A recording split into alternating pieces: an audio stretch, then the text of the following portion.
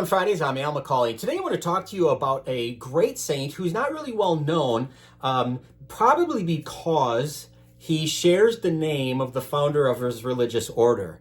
I'm talking about a guy named St. Francis of Paola. Now, St. Francis of Paola, we celebrate his feast day every year on April 2nd. And as I said, he is going to follow the religious order of St. Francis of Assisi. So he is a Franciscan. And so when we think of St. Francis, I think automatically we go to St. Francis of Assisi. And if you're really a Franciscan or really love the Franciscans, maybe you might think then secondarily of Francis of Paola. But boy, here's a guy who wanted to imitate St. Francis of Assisi, and insofar as imitating Christ. And so he lived his life as a Franciscan friar in a very austere way, a strict regimen, ate very little, gave himself over to prayer daily and throughout the course of his day. He lived a very simple and humble life.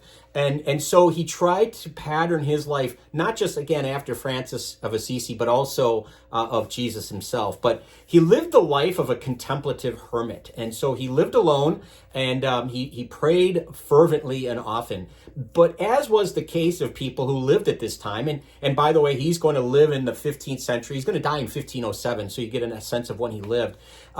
As was common at that time, his holiness became kind of a legendary thing.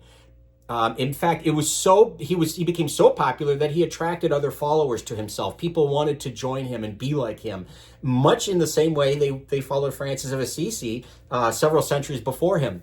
But they sought him out. Everybody came to him, it seemed. Normal, everyday kind of people, royalty sought him out. Even the Pope went to see Francis of Paola, and they wanted him to, they solicited prayers from him and counsel. Can you help us arbitrate this dispute? Whatever it was, but they really saw in him a living saint, a holy man, living in austerity, living all for the greater glory of God and for Christ. What helps his reputation, of course, is that he became known as a miracle worker. In his time, he did all kinds of miraculous things. Not least of which was he was said to have been able to raise animals and even people from the dead.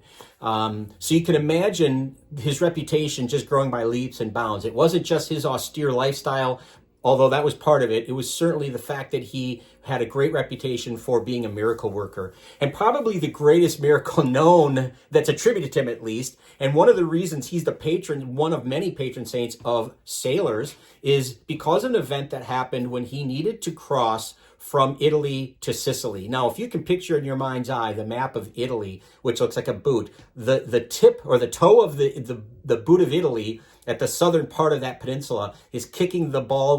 That's how we were always taught this in grammar school and elementary school. The ball is Sicily. The water that goes between them is called the Strait of Messina. And so he needed to cross from the toe of Italy to Sicily, to cross the Strait of Messina, and he had no money to pay a ferryman to take him across. And so what he did was he took his cloak off and he laid it on the beach, on the water in front of him. And he blessed the water and he prayed to God for safe travel. And he took his staff and placed it in the middle of his cloak. And it said that his cloak became like a boat, stiff as a boat. And he and one other fellow pilgrim were able to get on and sail safely across to Sicily. Now, you can make of that what you will, but the fact of the matter is, he's, again, one of his patronages is for sailors because of this event. And how silly is it that he could do that? Well, is it miraculous that he could raise people from the dead and animals from the dead? I guess my point and overarching point of this whole episode, when you think about someone like Francis of Paola, is it's easy to be skeptical and cynical. And I would suggest to you that to instead be a person of faith, to say, do I have that childlike trust? Jesus said, if you have faith, you could say to that mountain, stand and move, and it'll move. Do we have faith that could move mountains? Do we have the faith of a mustard seed that can grow into a large bush, as Jesus said in another parable in the scriptures?